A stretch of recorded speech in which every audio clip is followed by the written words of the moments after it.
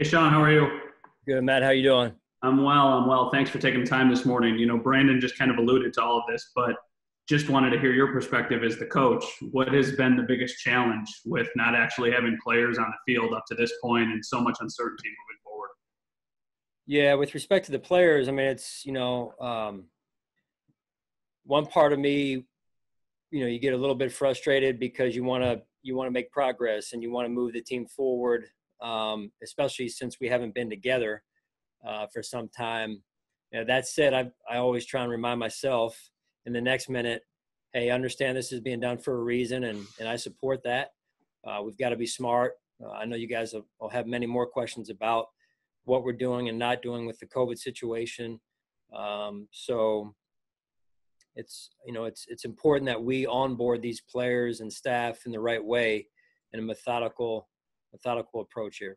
Does that make the time once you actually get on the field that much more precious, or do you have to realize that every team is dealing with the same obstacles right now and you maybe can't try and get too much into one thing because that might overload somebody? No, you're right. It's as coaches, it really challenges us to be sharp and on top of our game. Reps are always important, but how we plan practice, we spend a lot of time on that. Who gets the reps? How many reps? Are we challenging the guys enough? Are we putting them into, because of no preseason games, are we putting them into situations that they would have seen through preseason games? So I think from a planning standpoint, not just with the COVID end of the planning, but also now to your question on the field, there's a lot of planning, and we've got to be razor sharp on that end. Thanks, Sean. Sure.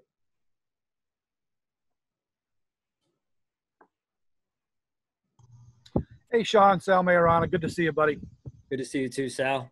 Hey, look, I'm going to kind of follow on what Matt just said there. You're going to coach the hell out of these guys, and every staff in the league's going to do the same thing. But do fans just maybe have to be prepared that when this season gets going, and maybe those first few games for sure, we're not going to see the same type of NFL football that maybe we're used to seeing after you've had a summer of preseason games? Do people need to just lower their expectations about the quality of what we might see, at least early on? Yeah, your question is understandable.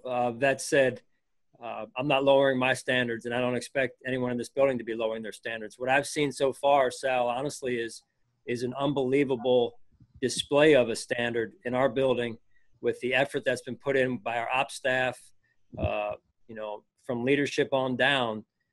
We've done a great job. They've done a great job getting our building ready. And, I've been very impressed with the standard that I've seen to this point, and I expect us to carry that through. I'm watching other leagues. To your question, I'm watching other leagues out there play, and you wonder how much of some of the rust is or errors or are because of the maybe lack of time together. That said, I think, again, we maintain a high level of expectations and a standard that, we live by here in the building. If I could follow one quick thing for you personally, is this maybe the greatest challenge you've ever faced as a coach? I'm sure you've had some tough situations, but this one in particular, is this take the cake maybe? Yeah. Well, I'm sure for a lot of us it does. Look, this is a unique time in our world, and it's a leadership issue. To me, it's not that we can solve it, but what can we do to solve what we can solve? And so that's a big part of my job and Brandon's job and the leadership in our building here is to solve the riddle every day, and we're doing the best we can. And listen, I don't think anyone's going to be clean through all of this, with the cases, and it's going to continue to, be around as we're being told by medical people. And we've just got to find a way to control the controllables and continue to move our team and our organization forward and hopefully to provide hope to our community and our world here. Thanks, Sean. Sure. Hey, Sean, it's Kim Jones. Can you hear me? I can hear you, Kim. Good to see you as well. Good to see you, and thank you for the time. I have two questions, but I don't think they're complicated, so I'll make them as short as I can. Is there any sense that you could tell your players don't be the Marlins? Because the one advantage football has schedule-wise is it can learn from some of these other sports, and the Marlins do seem to have provided a pretty stark example. And the other would be, I think Stephon Diggs is in the building, so to do a football question here, is there a reaction that the big playmaker has arrived? And I don't know if you've talked to him yet.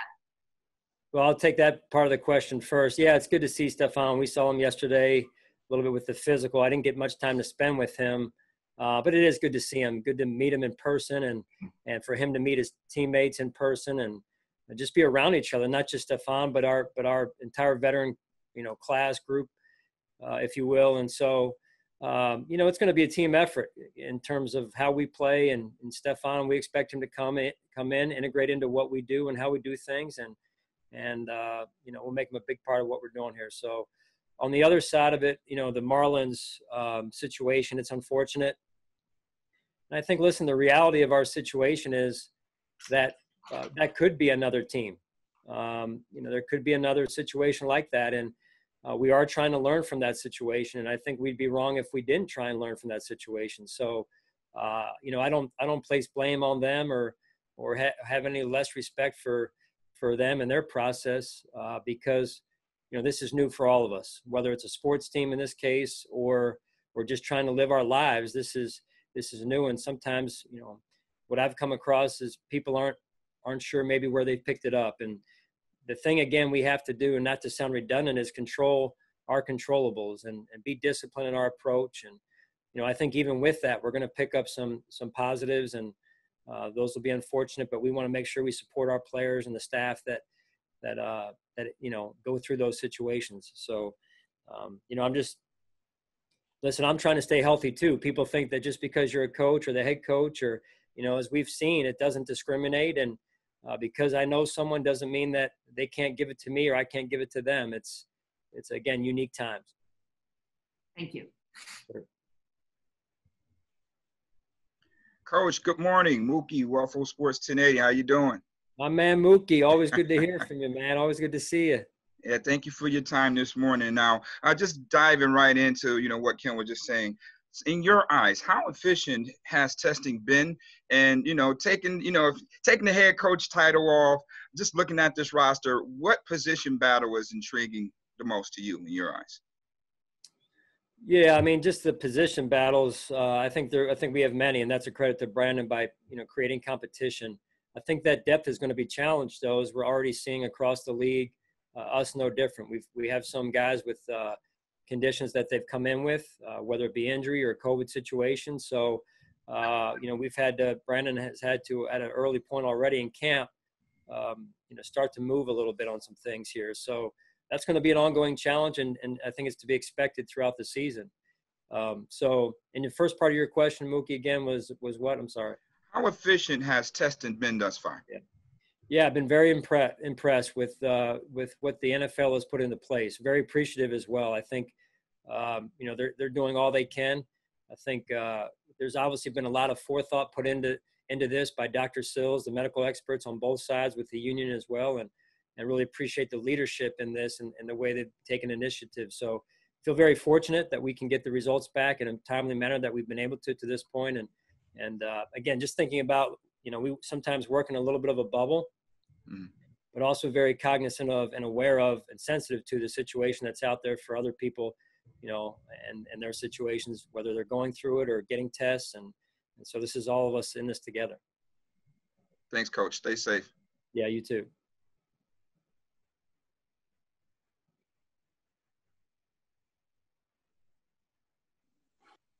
Hey, Sean, Adam Benini, WGRZ TV. Good to see you. I just had two questions. One, could you get into some of the specifics as to the decision-making process in sending the rookies home last week? And secondly, I know it's been negotiated with the PA, but the extended conditioning time, the threat of certain types of injuries coming off a condensed or shortened or COVID-affected off-season, if you will, how concerned you are about that, and maybe how additionally you be trying to manage that situation. Yeah, I just know that there's no playbook for this out there, right? I can't stress that enough. When we did send the rookies home the other day, I received multiple calls, as did Brandon, from people around the league, trying to do their research and trying to figure out what we were doing, why we were doing it, and what adjustments we were making. And really for us, and what I can share is just the fact that, we want to be smart. We want to be responsible. And, as I try and communicate to our players and our staff, safety is always number one. That we're not only off the field, but on the field, that we're teaching the right techniques to our players and coaching the right techniques. And so that's not just unique to this season. And so with that in mind, we wanted to err on the side of caution and be proactive and preventative in our approach. And I think we did a good job of that. And I also think it sent a message to our players and our staff that this is real.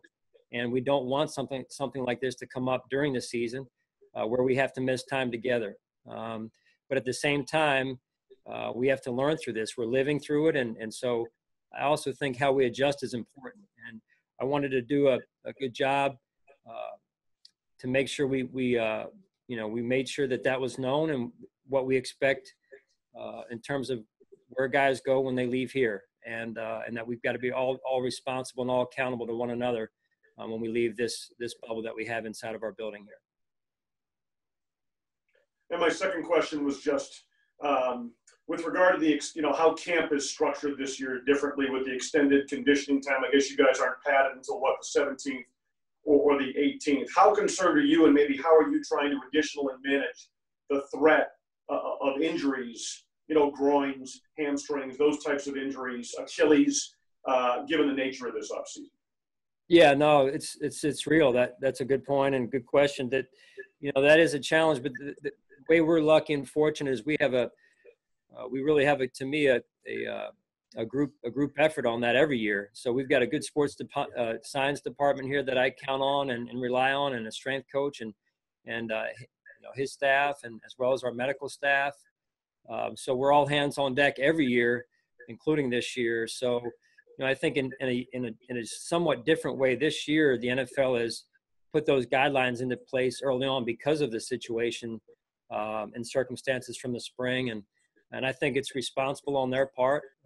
And they're not tying our hands behind our back. Everyone's in this on the same in the same position, and I'm confident that we'll be ready to go. Thank you. Sure. Hey, Sean, Mike Catalana in Rochester. You mentioned the accountability. But when they leave the building, it really is on the guys, right? I mean, they have to be accountable. And I was trying to think of a phrase, maybe even peer pressure, in a positive sense, where they're accountable to each other. Because this is a long stretch here. This could be months, when we get to January. You've got that leadership in the room. Is it even more important that it extends outside the room now so that these guys stay that way? Yeah, Mike, it's important. We've always talked about it, about winning off the field helps you win on the field. No different this year. Obviously, the challenges off the field are even greater this year because of the situation we're in with the COVID situation. And it is the one unique thing, as you mentioned, right now for us is that we're in a situation right now where we're not, only playing for a month or only playing for half of the season.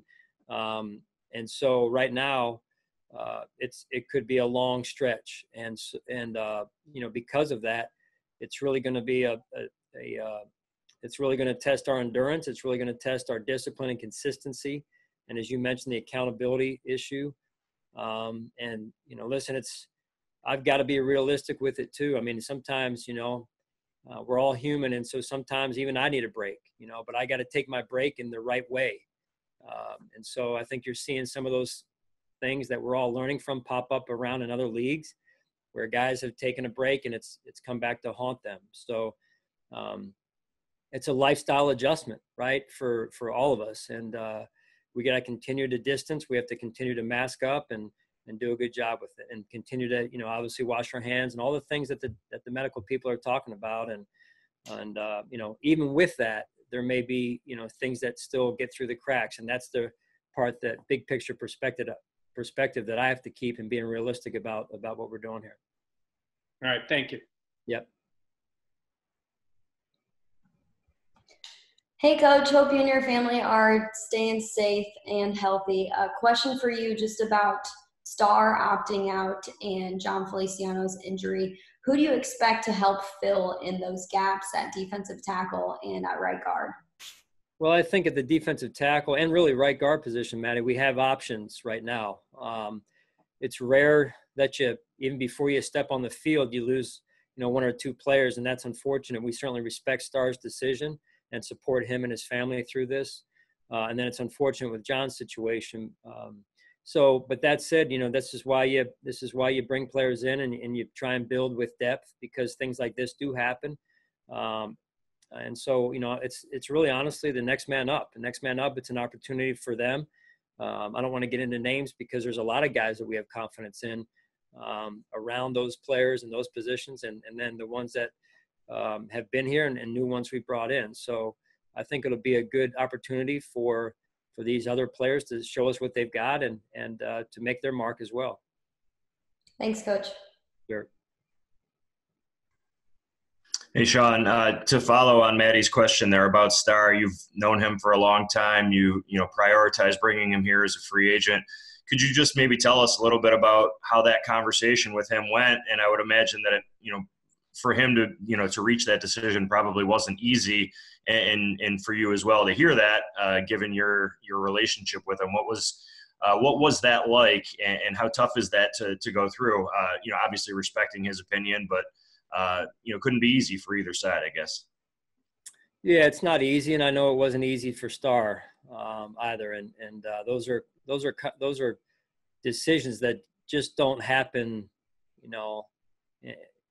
very quickly. They take a while to get to, and I appreciate the fact that he had talked with his family about it for some time, and I also appreciate the communication. And so I'll keep the content of the communication between Star, myself, and Brandon at this point with respect to Star's privacy. And we certainly understand where he's coming from. Listen, and I think at the end of the day, I've had as a man and a husband and a father conversations with my family. Like this is what's going on in our world. What is our decision as a family? Are you okay with Dad? And in this case, the husband leaving to go to work, knowing that I can't guarantee that I'm not going to get the virus. And so we had similar conversations, and obviously I decided to come into work, and so it doesn't make me any different than Star. He obviously decided not to, and we support that. But I think these are all responsible decisions and conversations that we need to be having. I can tell you this: I'm very, like I said before, Jay. It's really been to me a great example of again our standard. When I came into this building, and I was in over the summer and in the spring and things. I wasn't a normal summer, I can tell you that, in terms of vacation wise. But so I've been around it. But to see it now executed at such a high level, I think in the care that all the staff, not just the coaches, I'm talking about the ops staff, the equipment staff, the trainers, the cafeteria staff and what they're doing. And it's really got to be all hands on deck. And you just watch how meticulous everyone is being in terms of trying to keep everyone healthy. Right. And I think it's really, and I'm not just talking about keeping players healthy. I'm talking about keeping staff healthy. Everyone I just mentioned, I feel like I have a responsibility to them to try and keep them healthy as well. And so we talk about it, safety being number one. Now we got to live it, and walk the walk. And again, doesn't mean we're going to be 100% on it. I think with what's going on in our world, that'd be foolish to take that to have that mindset right now. But I also believe that we're going to do our darndest to do a great job with it. Thanks, Sean. Yep.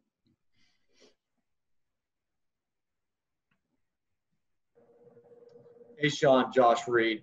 Good to see you as always. Yeah, you too, Josh. What's the biggest challenge? We haven't talked to you since the preseason games were called off. What's the biggest challenge in knowing that you're not going to get those 4 opportunities, in particular to see a group of rookies that were drafted and undrafted? Yeah, I was thinking we could get maybe some of you guys to come out and just suit up for a day, and we'll just see if we can't get like an inter squad, maybe the Bills versus the media type of a game. If you guys are up for it.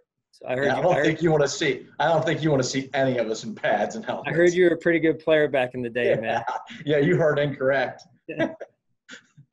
Yeah, we get you, Jay, a couple of other people out there. Yeah, look at Vic. Vic's got the old leather helmet. He's ready to go. Maybe, yeah, Vic, we'll put Vic out there. You can coach the other side. I'll coach the Bills. You coach the other side, and then I'll just question every call you make. You know what I mean? That's fair. No, yeah. It's no preseason games. I mean, when I first heard that, and I think just understanding why is important, and trying to educate myself and listening on what the reasons were. As a coach, again, you got 32 head coaches, like 31 other head coaches like myself, that there's like, oh, why are we doing that or whatever. But the more we're living through this, the more I've listened to the why. I understand. Certainly, I would like to have preseason games, but it's been done before. Maybe always in the NFL, but colleges do it or something similar every year. So, I've reached out to a couple college coaches. My college coach that I played for, and he certainly had a lot of success. So we've got a lot of smart people in this building also that have come from a lot of different backgrounds that can help. And, again, I'm confident that we'll adjust. I'm confident that our players will adjust, and we'll have a good plan in place here to get our team ready to go. Just to kind of follow up a little bit, is there a chance you'd do a little more scrimmaging, a little more kind of live action, down distance, just basically a scrimmage? Yeah, I mean, we've got to be – that's –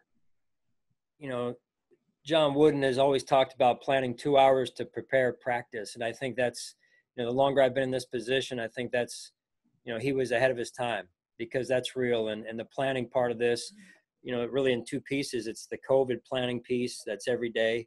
And then it's the time on the grass is that we've got to have a really good plan and be adjustable through it, Josh. So yeah, I've got to make sure that I find all the data I can to expose our players to game situations, live situations, to get them ready to go. And our players have been great, man. They've adjusted and they haven't blinked, honestly. And certainly, look, they're human too. And that's sometimes what people overlook from time to time. These guys are human. They have families, and as we've already discussed, and so they're trying to balance staying healthy and also being the best version of themselves also. So it's a team effort. Thank you, Sean. Yeah. Hey, Sean, Thad Brown in Rochester. Thanks for doing this. Appreciate it. Sure, Thad. Good to see you. You too. Brandon just laid out for us what the rules are going to be for if you claim a guy during the season, that if you bring somebody in on Monday, there's a number of test days that have to be accounted for, and you really can't get that guy in the building until Friday or maybe even Saturday. Is it even feasible to play a guy whose only contact with the team theoretically could be virtual that week? Yeah. I mean, that's the situation we're in, I think that's the take the head coach hat off for a second here. I think that's the real part of this. And that's also the challenge. And as I said before, it's, you gotta be a solver of problems every day as a head coach, and to put the, cap back on. That's really what, in a lot of ways, from a leadership standpoint, this job is solving problems. And I can tell you I've had my hands full, as has Brandon. And leadership, Terry and Kim have done a great job of solving problems to get us ready to go and to allow us to come in the building like this. And man, we have a great building that sets up, if any other, building sets up for this, it's ours, just in terms of the space we have, the land we have. So we feel grateful for that. And, it's the reality of the situation is there's going to be some not ideal sets of situations and circumstances, and we can't blink, honestly. And our coaches, I thought they were the first wave of the people in with a couple of our scouts, and I thought that they did a great job.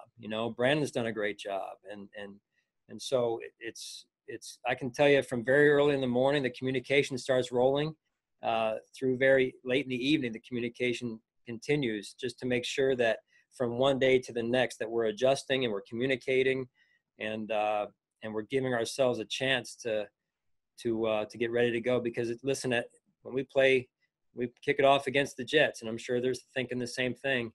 No one's going to care, what we've gone through at this point, and so we respect that, and we've got to be ready to go. That's the professional side of this sport and this game. And quick follow-up with John Feliciano. Can you provide any details on the injury? Is it left or right pec? Is it anything about when it happened? And I think more importantly, is there any consideration for him going on a PUP or some sort of reserve list? Yeah, I think Brandon hit on some of that. I'll just leave it at that. We're just going to take it one day at a time right now. And we've got to get through a whole stack of COVID things we got to talk about. Then I can talk to Brandon about John and his situation. But honestly, we'll just leave it at that, and we'll update you guys as we go here. Appreciate it, Sean. Yeah, sure. Hey, Sean, John Scott. Good to see you. Good to see you, John. You mentioned the space and how you've been able to utilize it. Can you kind of describe and take us through how you've had to readjust the spacing of things from the locker room and all of that, and kind of paint a picture for what it looks like? Yeah, I mean, it's I don't like to use the word different. I think that's a negative type of mindset. I think, we've adjusted it, and I'll give Kim a lot of credit. She, whatever we needed to do to make this a healthy environment, or the healthiest we can. And that's a big piece of again, their commitment and their leadership, Terry and Kim's. And so we're fortunate. And I don't know how many teams have these options, but we have an outside option with meetings outside where we can get inside of tents where the air is blowing, and we're, certainly spread out. And then if weather doesn't permit that, then we can move to some rooms that we have that are bigger size meeting rooms where we can get 6 feet apart and certainly with masks on still, and try and stay as healthy as possible. And if that then doesn't work, then we can kick the guys to virtual. And so having those options, I can tell you as a head coach, man, it just makes life a whole lot easier. And I think the players, when they walked in here, were able to then see, hey, listen, this organization has they care about my health and my safety. It's one thing to say it, but for the players to walk in and see the amount of work that's been put in to adjusting, I think it just speaks volumes about leadership, ownership, and the culture that we have here. I really do. And that's because of the people that we have and their commitment to and their dedication to being the best. Thanks. Hey, Sean, Heather Prusak here. Thanks for doing this. Hope you're staying safe. Good to see you. You're talking about that media versus the Bills. If you want to add my dog, he could play wide receiver or running back. He might make a good option for those positions. Yeah, I love if you're that. Interested. We should probably do that at some point. Like maybe just have the Bills versus the media in a flag football.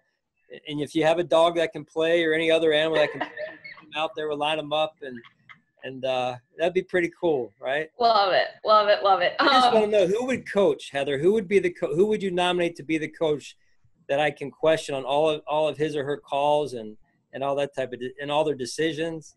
John Scott, because I want you to just grill him. Just grill him. Way to throw him out there. It's my job. That's right. Brandon was talking about how during a team meeting you wore a mask the entire time to, send a message that this is real and, how to properly wear it, things like that. obviously when, you guys aren't in a bubble like the NHL or the NBA, and, you can't control what these players do when they leave the facility. I guess, how are you guys making sure that when they do leave and go off to their families or whatever, that they're still taking the proper precautions and all of the right safety measures, when they're not at the facility and with you guys? Yeah, and as we sit here right now, Heather, I wish I could say that we're going to be 100%. I don't know, I'm being realistic here. I don't know if that's being realistic, but we're going to do the best that we can. And so, listen, we really haven't, the cool part of this to an extent is we really haven't had to change our messaging. As you know, we talk a lot about accountability.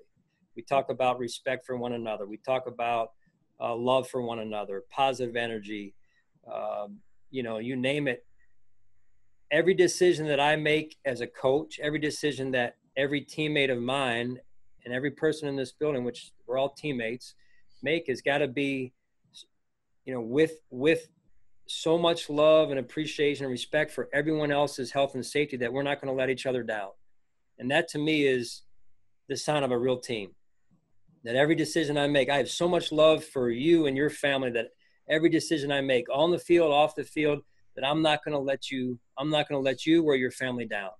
And that's, to me, we talk about that a lot. And that's, to me, also true in this case. When I go home, when I leave here, I'm trying to do the same. And so I've got to hold myself accountable, and I've got to model that. Even with that doesn't mean that I may not catch it or someone else may not catch it. So, but we've got to hold each other. And it's a leadership issue, as I said before. As I said to the players, you can't be afraid to speak up. And then the people that get held accountable there can't be tension about it. Hey, if I'm with Derek and he's not masked up, I have to say, Derek, back up or mask up, and that's the reality of our situation. And it's no different outside of our building. And that's honestly, what I've experienced in public is the peer pressure part of feeling like I'm being rude to someone to tell them, hey, back up. And I know there's differing opinions of that out there, but I think we all, as a world and as a society, and in this case, have to get used to saying, hey, look, I'm not trying to hurt your feelings. I'm just trying to keep myself, my family, and improve our situation in our country right now. And when you look at the situation that's happening with Major League Baseball, how do you have to kind of push those thoughts out of your mind that, with what they're going through, like that there's a possibility that, maybe you don't play a full season? Just how do you kind of have to push those thoughts and keep those from creeping up in your mind? Yeah, that's the mental toughness part of it. You've got to be able to compartmentalize. My wife always says that she thinks I do a good job of being able to compartmentalize more than most people. And I think that's true in this case. Look, as a coach, I've just been wired I focus on what I can focus and control. And then I'm getting myself ready to go and our team ready to go. And we'll let the other people that make those decisions handle those decisions.